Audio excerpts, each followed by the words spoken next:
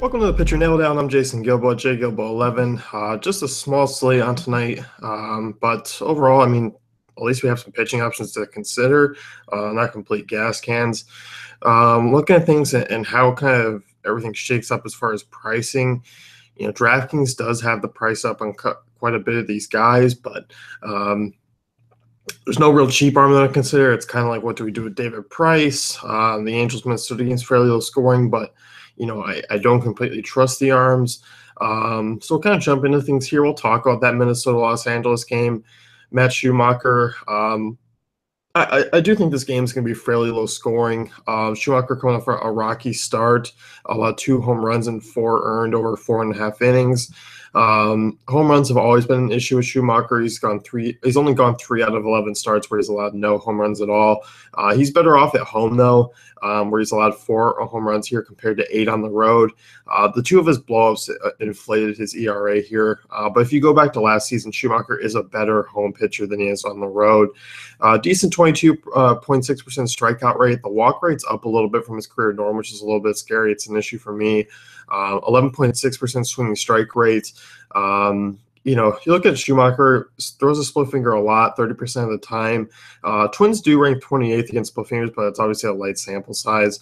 But one thing to note, still a very good offense. WOBA, WRC plus ISO against right-handed pitching all in the top half. Strikeout rate starting to get a little bit higher, 22.3%. So they're starting to swing a little bit more, getting those strikeouts that we like when we do face his Twins. But he's just a GPP guy, not a guy I'm going to be trusting in cash games. I just think this Minnesota offense is just really too tough to pick on, and we've seen it over the last few games especially. So I like the other side a little bit more in cash. Ervin Santana, the problem I have here is the damn price tag on DraftKings is higher than I want. It's 11.6. I don't particularly like it, but it's almost like on a 4-game slate, 4 5 games, or whatever it is. I'm not particularly not going to not pay it, but I don't completely love it. I think you can fade it in GPPs. Look at his ERA, 1.75 on the season, but 410 FIP, 469 xFIP, 143 BABIP is 139 points below his career norm. Strikeout rate, not huge. Swing strike percentage, not big. It's 8.5%. But this is a guy who can still hover around 5 to 7 strikeouts. Everything's great. I mean, just kind of an average, just slightly above average pitcher, but the ERA is elite. So you look at Los Angeles, I think he's going to continue to have a strong stretch here. Without Mike Trout, 26 in WOBA, 20.2% strikeout rate. They rank 23rd in ISO. This offense is just flat out bad. You should be able to get away with another Santana quality start, maybe a win. Like I said, the only issue I have is FanDuel. I'm completely fine with it, but DraftKings, the price tag is higher than I like. So moving to a cheaper guy, I like a Robert Gsellman.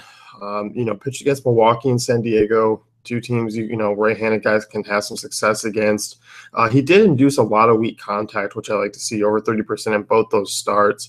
Pirates coming off a big night. Obviously, this was a big scoring night last night. This is obviously just an SP2 play, cheap guy if you're looking to get some bats in. Pittsburgh, 29th in ISO against right-handed pitching, 24th in WOBA. So they're on par with what San Diego's been doing, just minus the strikeout rate. But you look, over his last 3 starts, 30% soft contact rate, healthy amount of ground balls on the season, 56%. Small home favorite. Pittsburgh's totals right around 4 runs. I don't hate it. You can do worse, but you can also do better. But he's there if you do need to save the price tag. Then we kind of get to some bigger names. You look at Lance McCullers going up against Texas. Texas, obviously, a team I don't mind picking on from time to time.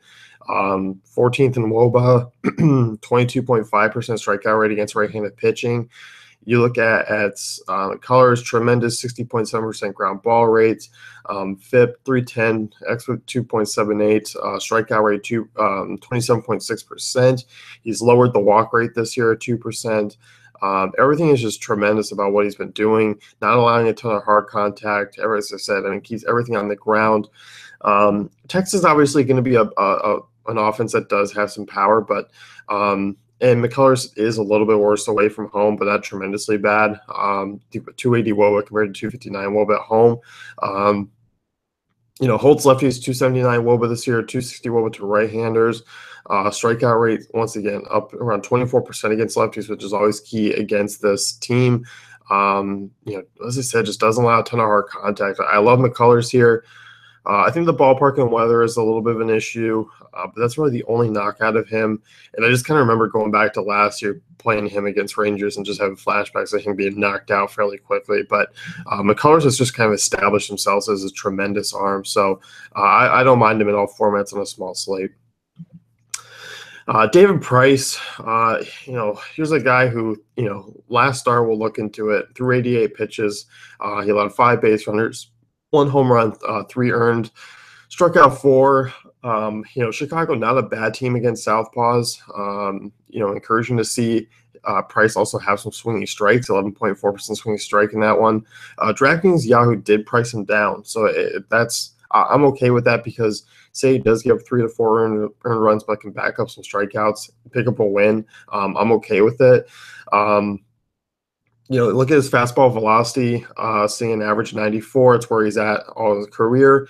He threw his cutter quite a bit in this start, which I'm a little bit surprised. He's been throwing the changeup more as a secondary pitch over the last 2 years.